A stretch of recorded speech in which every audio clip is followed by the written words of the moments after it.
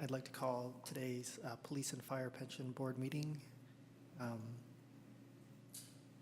Consistency, or can we have roll call, please?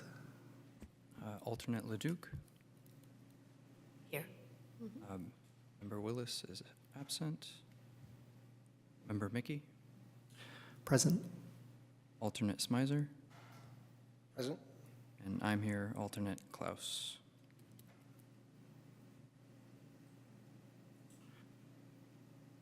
The City of Albany recognizes that we occupy the land originally protected by the Confederated Villages of Lishan. We acknowledge the genocide that took place on these lands and must make strides to repay the moral debt that is owed to this indigenous people, specifically the Ohlone tribe.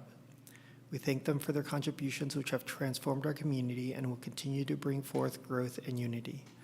The City of Albany commits to sustaining ongoing relationships with the tribe and together build a better future for all that now make this their home. With that, we'll move on to item 2, consent calendar. Consent calendar items are considered routine by the board and won't be enacted by one motion. By approval of the consent calendar, the staff recommendations will be adopted unless otherwise modified by the board. There will be no separate discussion on these items unless a member of the board or a member of the audience requests removal of the items from the consent calendar. Would any board members like to discuss any of the consent calendar items?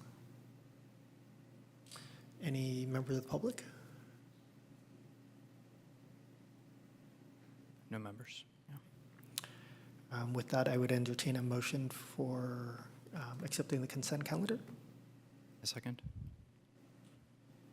With that, if we could have a roll call. Alternate Leduc.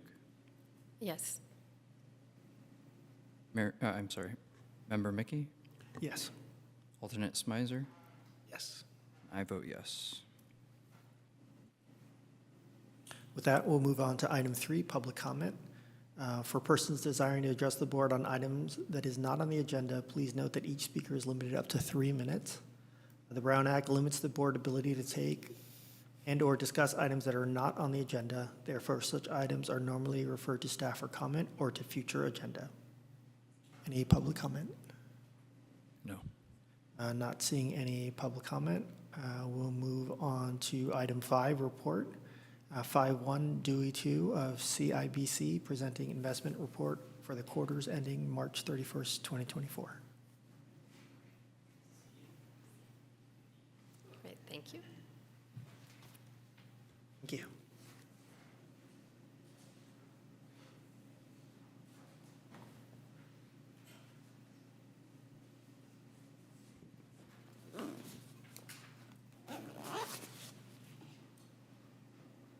Sorry, bear with me one moment.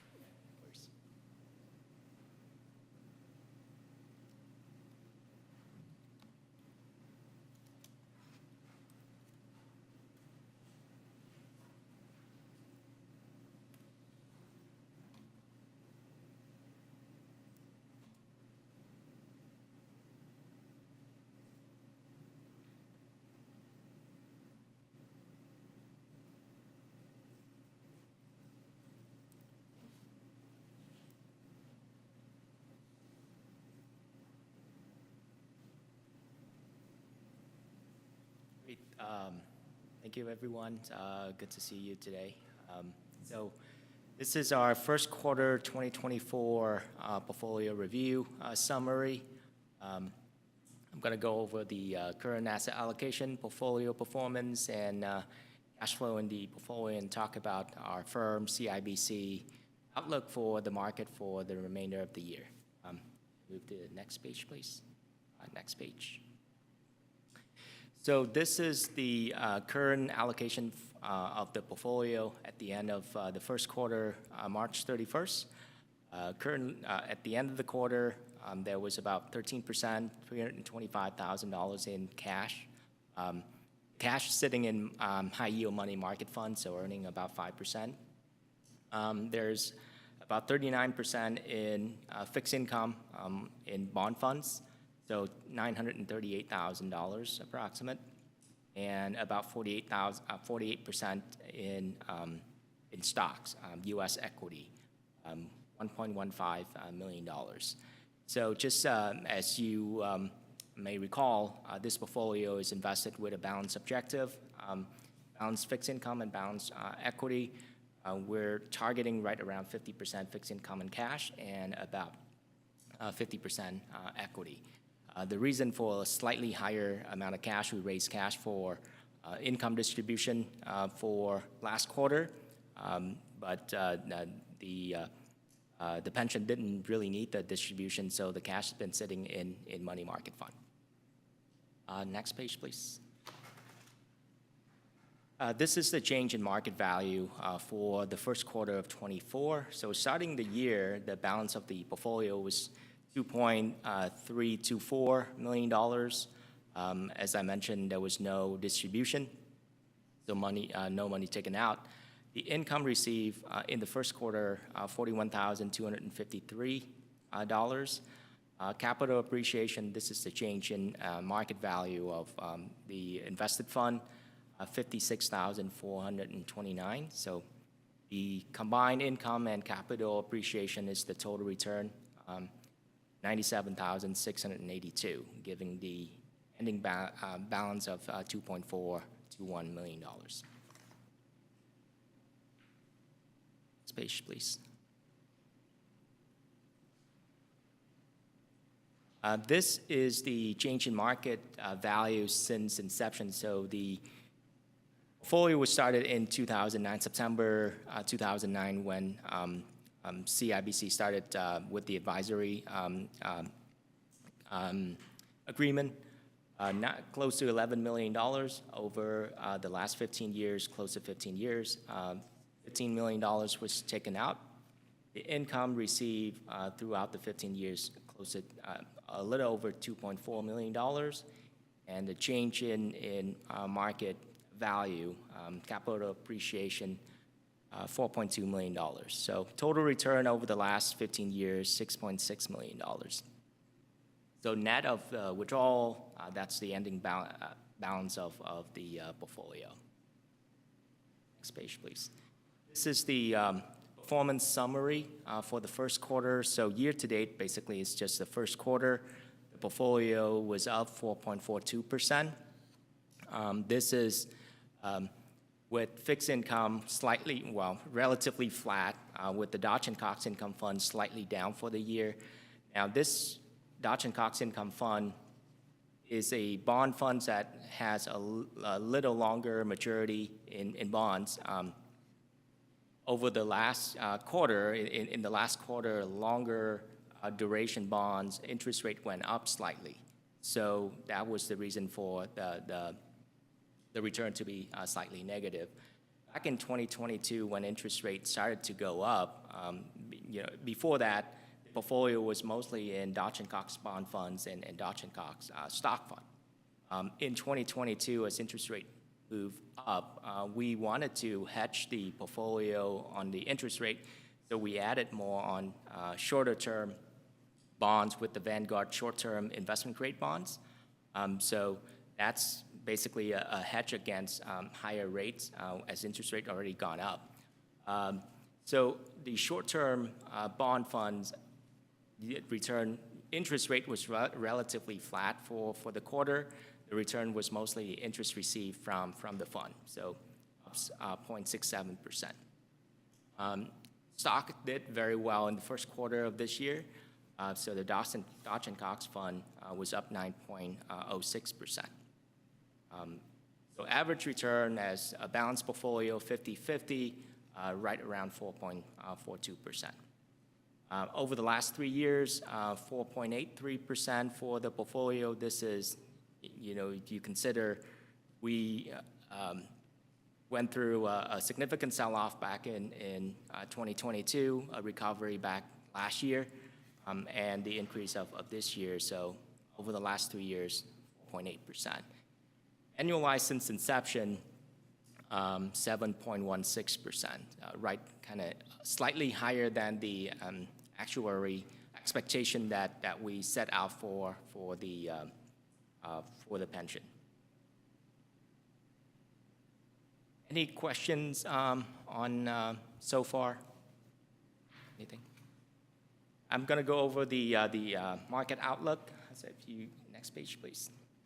This is a summary of the last quarter U.S. stock year to date. So the last quarter U.S. stock basically was the S&P. The S&P was up 10.06%. If you look at the Dodge and Cox fund, U.S. stock fund, that fund was more focused on value, as we discussed before.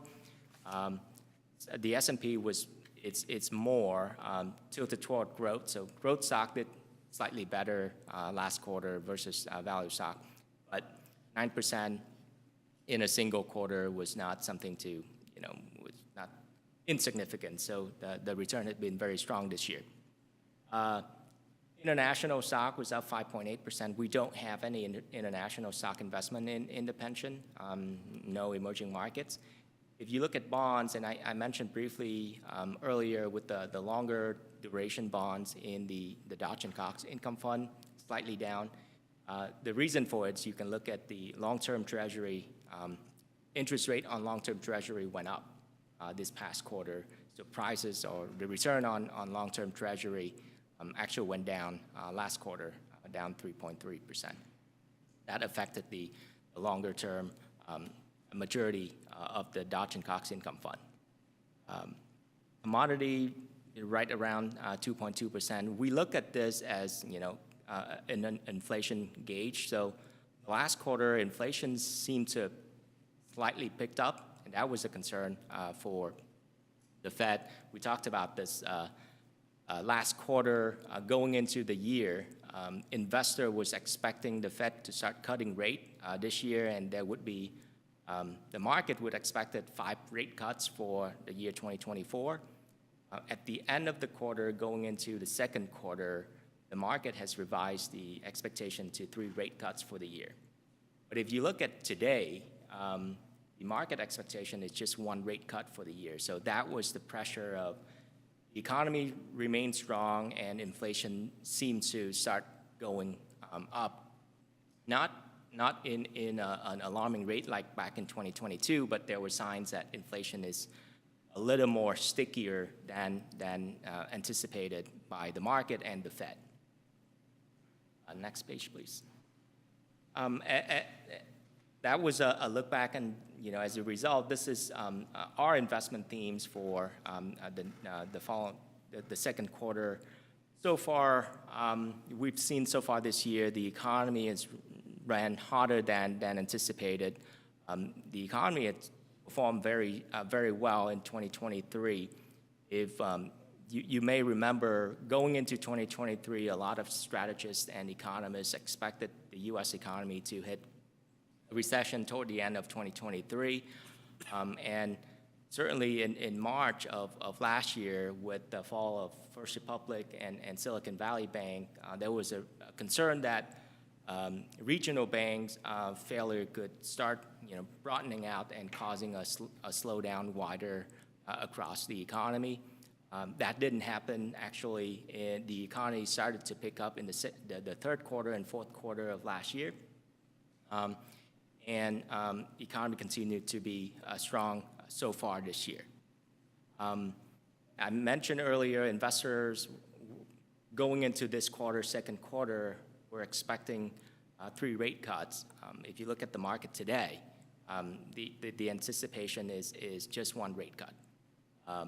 The reason for it too is as we are approaching closer to the summer, basically our view is if the Fed was going to do anything, likely they would start cutting rate in June or July, early in the summer.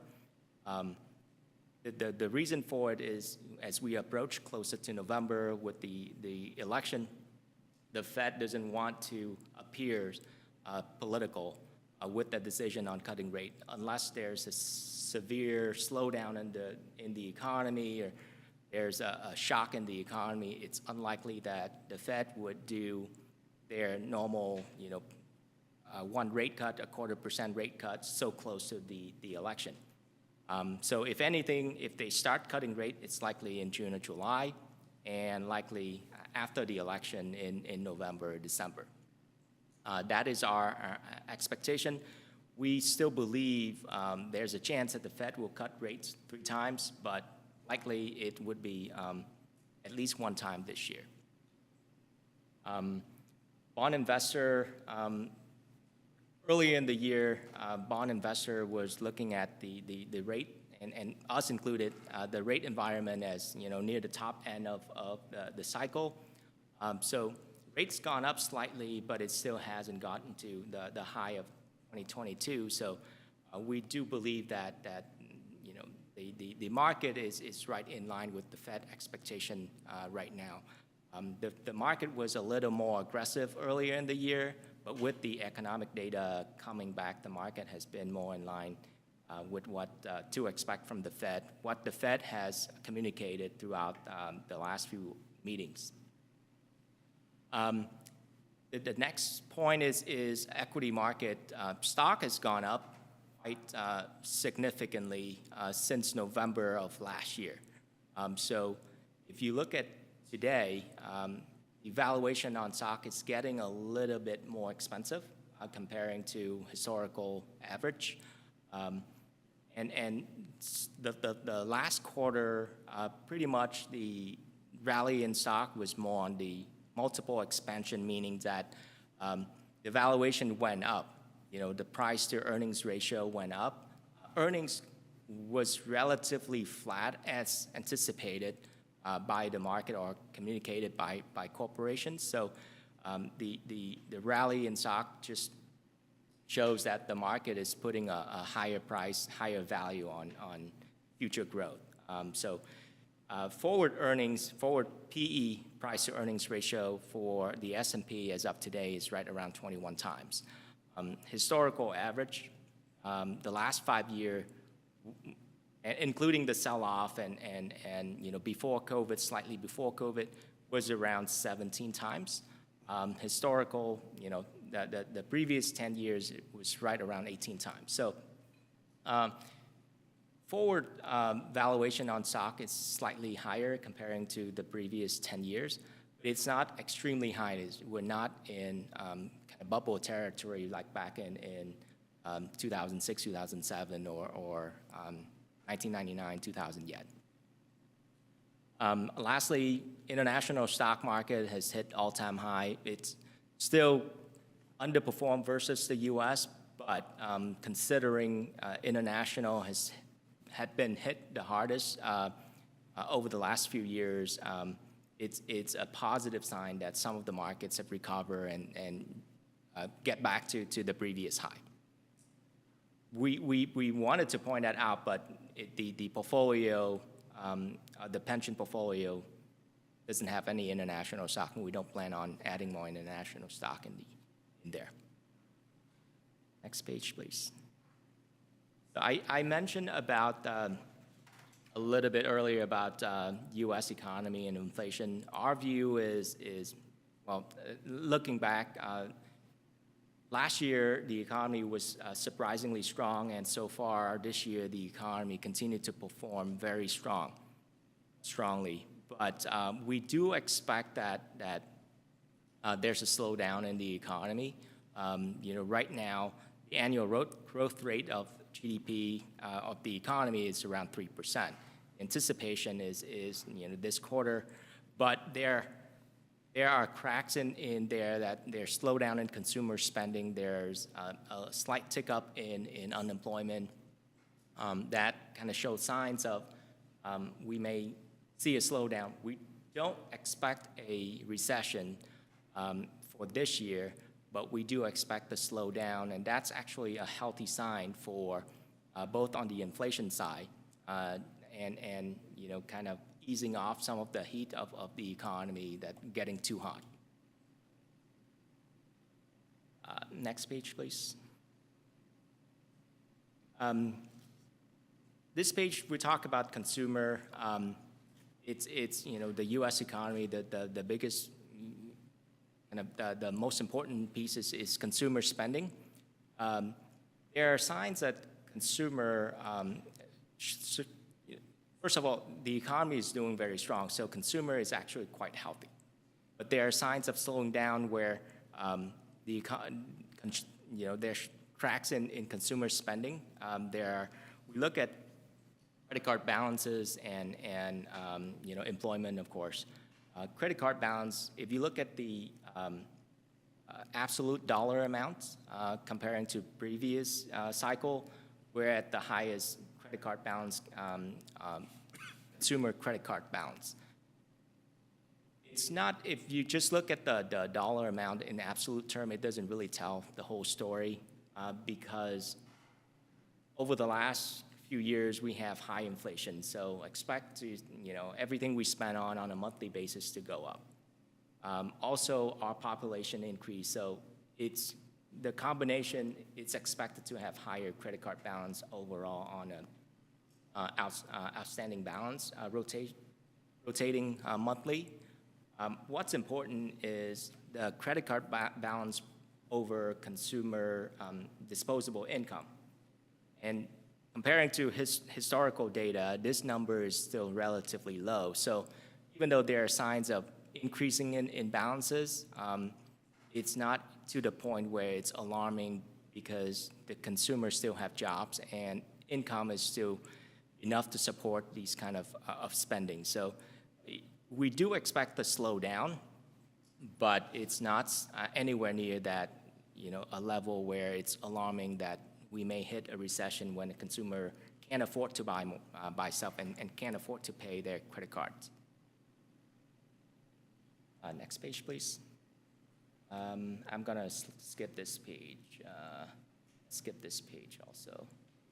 So U.S. equity, I talked a little bit earlier about how the rally so far this year was more on valuation expansion than earnings. So you see the increase in forward EPS's earning per shares went up about 4% over the last 12 months.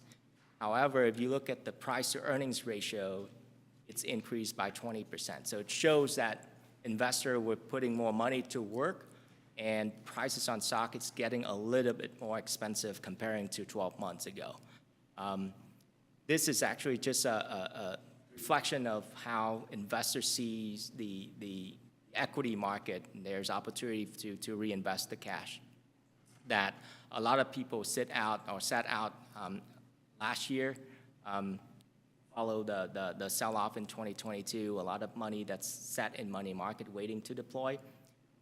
That was being put into the market. So what it means is we do expect some volatility from now into actually when the Fed start cutting rate, because it's in a period for investor to justify decision to invest in the market. You either add more money to the market when you see valuation is attractive, or because you put money in the markets last year, so far this year, and market went up, so you want to take profit. So we do expect some volatility from now to early in the summer. It's normal, and it's actually healthy for the market. Page, please. I'm going to skip this page as well. And I talked about international stock earlier, so you see a lot of developed markets, equity return have hit 20-year at the high over the last 20 years. The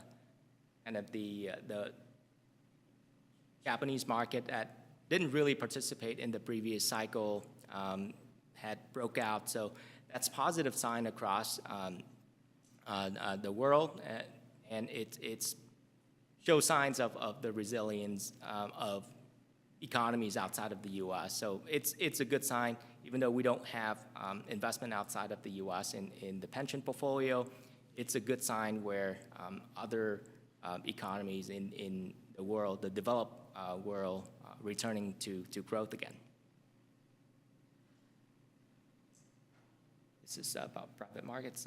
Let's skip this page, please. So this is the last page of our economic outlook. It shows our view on where we structure our portfolio strategy for a moderate growth portfolio. This is pension fund is more balanced portfolio, so the risk on the risk profile that we we take for the pension portfolio is slightly less. And our view is it's the same, maintain the same equity allocation and fixed income allocation. That's conclude my presentation. Any questions, concern?